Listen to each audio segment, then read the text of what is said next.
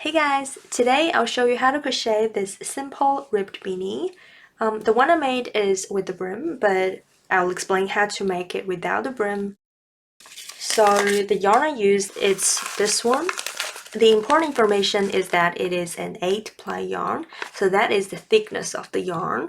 But you can make this beanie with a thicker or a thinner yarn. It doesn't really matter because you can adjust your stitch number and the row count to make a beanie of the same size. It calls for a 4mm crochet hook, so that's what I'm gonna be using. So apart from the yarn, the hook, you will also need, of course, scissors and at least 2 stitch markers. If you don't have stitch markers, you can use hairpins or even pieces of scrap yarns. You might also need a tape measure, but it's okay if you don't have it. You can actually just like put your piece against your head to figure out the length. So it's not 100% required. You will also be needing a yarn needle. This is for sewing at the top, at the very end. But if you really don't have a yarn needle, your hook could do is just gonna take you more time. That's it. I don't know how much yarn I've used for the beanie yet, but after the recording, I'm going to weigh it and put its weight right there, so you'll know how much yarn I've used. Alright, let's get started.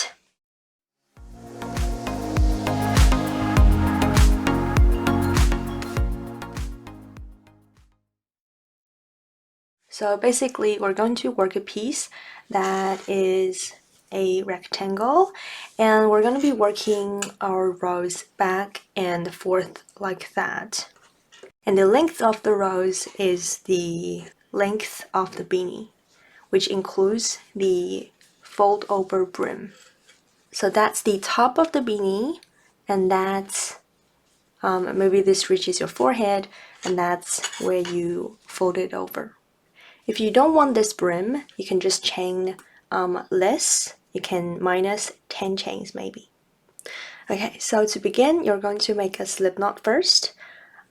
This is how I do it, but if you have a different way, you can use that.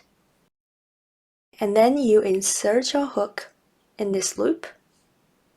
Make it a bit tighter.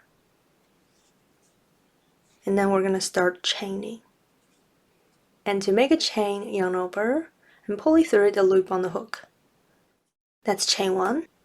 Yarn over, 2, 3, 4, 5. So you're going to continue chaining until this chain reaches about 12 inches. So for this one, I chained 50. But don't every one of you chain 50, because if you're using a thicker yarn, you won't need 50 chains to reach 12 inches. So my yarn, like I said before, it's 8-ply. It's an 8-ply yarn. So that is the thickness of my yarn. So if you're using a 12-ply, you will need to chain less to reach 12 inches. If you're using 5-ply, then you probably would need to chain more. So you don't really have to chain the same number as I do. So this is 50 chains, and that's about 12 inches. Another thing you might be interested in is, what if you don't want the brim? So you don't want this part to be folded like that. You want to get rid of this. You simply just chain 10 chains less, or what's the measurement of that? 2.5 inches less. So that means instead of chaining 12 inches, you would just chain 10 or 9.5 inches, just around that. So once you finish the foundation chain, we're going to begin row 1. So row 1, we're going to work half double crochets in the opposite direction. For me, when I make my half double crochets, I chain 1 instead of 2, because that would make this edge tighter. So this is what it looks like with chain 1. Make sure you have 2 stitch markers so we can mark our stitches. That really helps prevent us losing stitches. Okay, so that's the last chain. Remember this one. Now I'm going to chain 1 because, like I said before, that's what I will do at the beginning of each row. Chain 1 to begin row 1. And this was the last chain before, right? Now it is the second chain from the hook. That's the first one. That's the second one. Now you're going to turn your chain, and that is because we're going to work in the back loop. Right there. I mean, you can work in this one here, but if you do that, this edge will not look like this. I like this better. It's a bit thicker. And it also makes it easier when you join this row with the last row together. So I like to work in the back loop. And that's pretty much what I always do with all my projects. So again, that's the first chain, that's the second one. Turn your work. Find the back loop. This one. Now I'm going to yarn over. In this one, I'm going to work my very first half double crochet. So I'm going to insert my hook in this back loop, yarn over, and pull it through the back loop. Now I've got 3 loops on my hook. I'm going to yarn over again and pull through all 3 of them. Okay, so that is the first half double crochet. It's a little bit leaning that way because I only chained 1 here, so it's pulling the stitch a bit like that. But that's okay. I'm going to mark this very first stitch. This is very important. So I'm going to place my stitch marker in the top 2 loops. Like that. And when I work my way back, this stitch marker will tell me which stitch is the last stitch to work into. So that's the first stitch of row 1.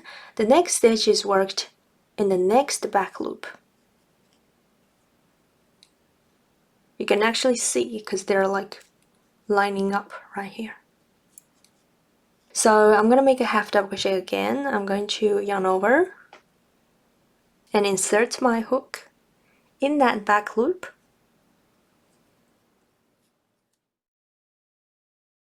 Yarn over again, pull through, yarn over, and pull through 3. Next stitch, we're just gonna continue doing this. Yarn over, insert your hook in the next back loop. Yarn over, pull it through. Yarn over, pull through 3. So you're going to continue doing this. Work 1 half double crochet in the back loop of each chain, and your stitch number of row 1 and of each row from here should be the same as your chain number. So I chained 50. That means I should have 50 stitches for each row. So you need to remember your chain number, be it 50, 40, or 38. You should always make sure the stitch number of each row equals that. And how do you make sure of that? By using stitch markers. So I'm going to go ahead and finish this row, and I'll see you at the end. Okay, so I actually have 2 chains left. Let me just finish them. And then that's the last one. So I should have 50 stitches. Starting from this one that I marked, I'm going to count them. 4, 6, 8, 10, 15, 20, 25, 30, 35, 40, 45, and 50. So I've got 50 stitches, the same as my beginning chain number. I just want to make it more clear, so I'm gonna place this stitch marker here in the very last stitch. So now we've got the very first stitch and the very last stitch. Okay, so row 2, chain 1. Like I said, I always chain 1 for half double crochets. You can see that stitch is marked. That means we need to work in that stitch. That's the first one to work into. And that is the last one you should work a half double crochet in. I hope the stitch markers make it clear because the last stitch is very easy to miss. And if you miss the last stitch, you're going to be accidentally decreasing, which means you won't actually have a rectangle. You would have what is more like a triangle. Okay, so row 2, which is a repeat row, we chain 1 here, remember? Okay, I chain 1 and turn. That's the first stitch I should work into, or you can just count. That's the chain 1 we just did, and that's the actual stitch. From this row, we're going to work in the back loop of each stitch, and we're still going to do half double crochets. So yarn over and insert your hook in this very first stitch in the back loop only. You can see we've got 2 loops here. That's the front one, and that is the back one. The closer one is the front one. Insert your hook in the back one. So back loop only. Yarn over, pull up a loop. Yarn over again, pull through 3. Okay, that's the first stitch of the second row. Now you can take off this stitch marker because we already worked a stitch in that stitch. Again, the first stitch is going to be like leaning that way a bit because we only have chain 1 here, so it's like not long enough. If you chain 2, this stitch would be like standing properly, but again, you would have like extra fabric here. So to make it tight enough, chain 1 here, first stitch, you're going to mark that stitch by placing the stitch marker like that in that stitch. So that's the first stitch of row 2, and then from here it's very easy. You just yarn over and the next stitch. Again, you're going to work in the back loop. You're going to work a half double crochet in that back loop, and then you just continue doing that in the very next stitch in the back loop. So always work in the back loop, and this is what you do for the entire row. And this row is also the repeat row, so it's actually that simple. Okay, I'm gonna work my half double crochet all the way to the end, and don't forget we're working in the back loop only.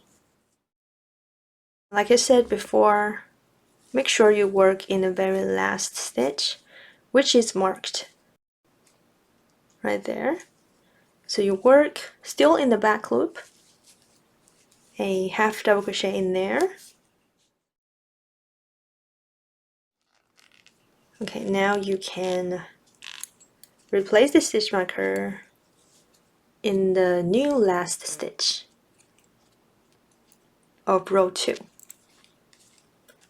Now I'm going to count my stitches again. You should do this for every row, but for me I really don't need these stitch markers. I don't need to count my stitches either, so that would come with practice, but if you're still learning, you should definitely do this. So I'm going to count my stitches. 5, 10, 20, 25, 30, 35, 40, 45, and 50. Okay, from here you're just going to repeat row 2.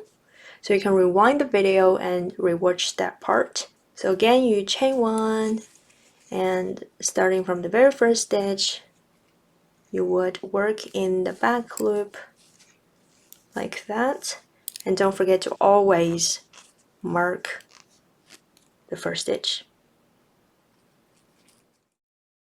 as soon as you finish it.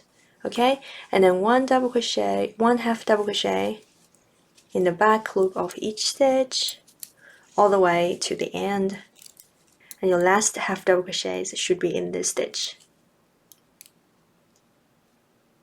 Okay, and then you repeat again. Okay, so if you continue working like that, after some time you would have something like this.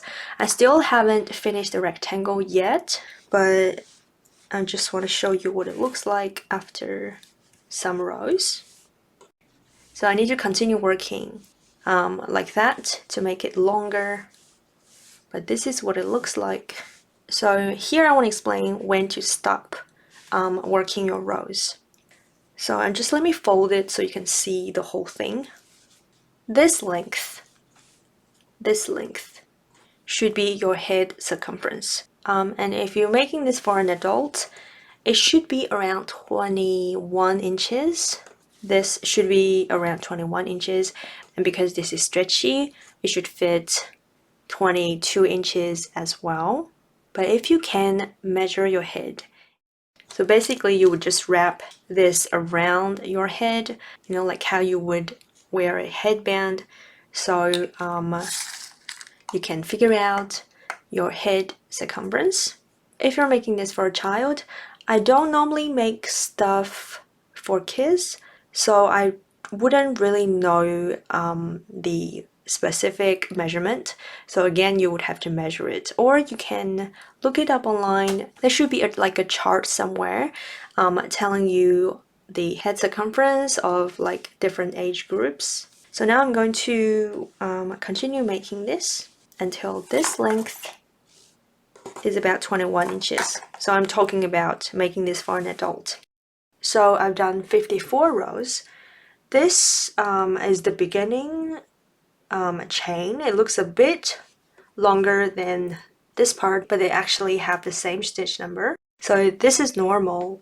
If it happens to you as well, don't worry about it too much, as long as you have the same stitch number here. Okay, so now I can wrap this around my head like that. I haven't measured it yet, but I'm just using my head measurement. So this should be around 21 inches. If it's not, don't worry, you might just have a smaller or bigger head, as long as you can wrap this around your head snug. So next what we're gonna do is just seam these together. So this part will be the brim, and this is gonna be the top of the beanie. So because we don't have a right or wrong side yet, you can do this from either side. My yarn is over here. That is the first stitch. I'm going to join that stitch with the very first stitch on this side as well. If you can't figure out which is the first, you can count from the end. Right, that would be the first stitch. And each stitch has like 2 loops on top. 1, 2, 3, 4, 5. And you keep counting. And you should find number 50, which would be the first stitch on this side. But anyway, it should look like this. This would be my first stitch. So what I do is I take out my hook and find the very first stitch on this side, insert in both loops, and then find the first stitch on this side, but here you insert in the back loop only. You see you have 2 top loops. You're only going to insert in the back one, like that, and then you put this loop on your hook so you can pull it through. And pull it through this back loop, and then both loops here, and then chain 1. That's the first stitch. You're going to continue doing this. Find the next stitch, insert in both loops, and then on this side, you're only going to insert in the back loop again. So find the very next stitch. This should be the second stitch. Insert in the back loop only. Pull yarn through, slip stitch. That's the second stitch. So if you're making this beanie without the brim, you're just going to continue doing this all the way to the end. But if you're making this with a brim, you're going to do what I'm going to do next. So that's the second stitch. We're going to do 10 stitches in total. This is the third one.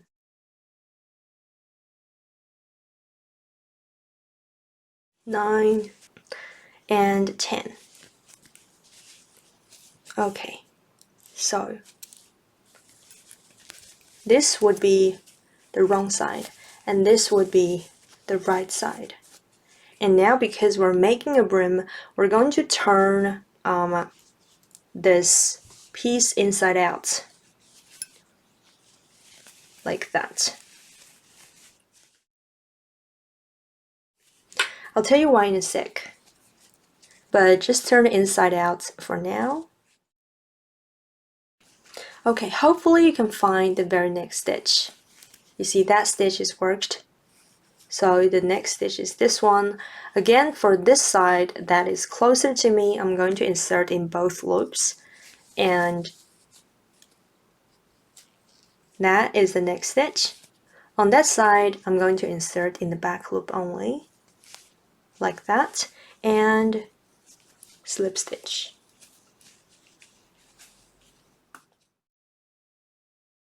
Both loops, back loop only, slip stitch. So go ahead and do this to the end of the row, and then I'll explain why we turn the piece inside out. Okay, now I've got 2 stitches on this side and 2 stitches over there. This stitch of yours should be marked because that's the very first one you did for that row. But if your stitches don't match up, don't really worry about it because this is going to be the top of the beanie. You can hide the mistake pretty easily. So this is the last stitch and last stitch here. Alright, last slip stitch and then chain 1. Okay. Now you can see that the seam looks different, and that is because this is going to be the wrong side of the beanie. If I turn it inside out, this is gonna be the right side. It looks like that. And as you can see, this looks wrong, but because we're having a brim, so if you fold it, the wrong side is going to be here. This is going to be the wrong side, and this is the right side. So this is the right side, and this is the right side of the beanie, and that's why we turned after the first 10 stitches. Okay, so now I've got the right side facing. What we do next, I'm just going to turn it back to the wrong side for now. What we're going to do next is close off the top like that. So I'm going to use a yarn needle, but if you don't have a yarn needle, I'm thinking you might be able to use a hook. I'll show you how in a sec. We need to cut the yarn, so you can leave about like 1 meter, 2 meters. If you're not sure, you can leave longer, just in case. So I'm going to cut here. I'm going to pull this through. What is that? Oh, okay. Okay. So we have a tail like that. I'll just tie this together for no reason. With the yarn needle, you're going to just go along the very edge of the rows, in and out like this.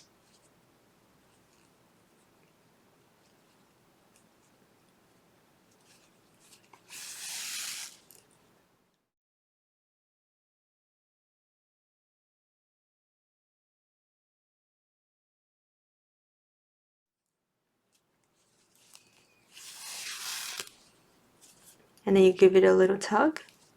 With a hook, you can probably still do this, but it's going to be a bit slower. So you just insert your hook and then you hook this yarn through like that. So you gotta do it slowly. You need more patience for that, but it's doable. So since I have a yarn needle, I'm going to do it this way. So I'm going to go around the top and I'll see you back at the beginning.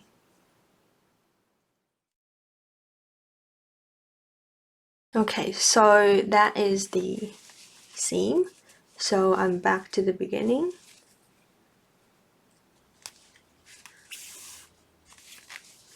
Now I'm just going to pull as tight as I can.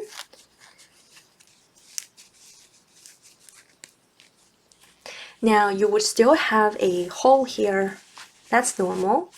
We're going to do the very last thing, which is just sew this hole shut. So I'm just gonna go across like that.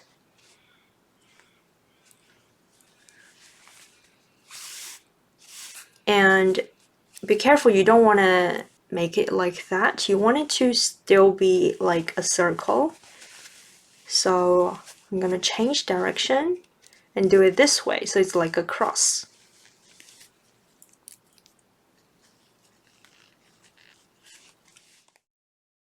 So this is basically what I'll be doing. It depends on you how well seamed you want it to be.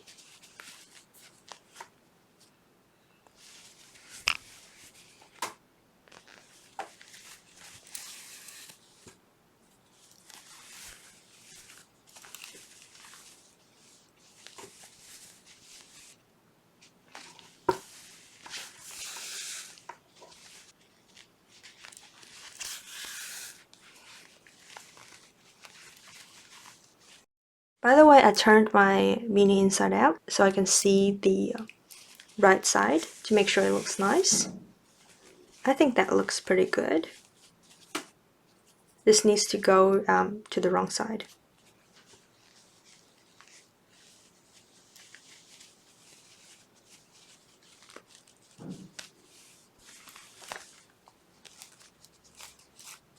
Now I can tie these together to secure it.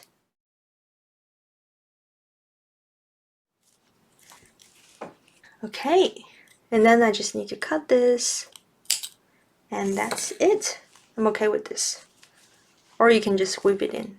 So now the beanie is done, and what's good about it is that we don't have any tails to weave in as well. I hope you had a good time making this beanie, and I hope you liked the result. Thank you for watching to the end. I'll see you next time.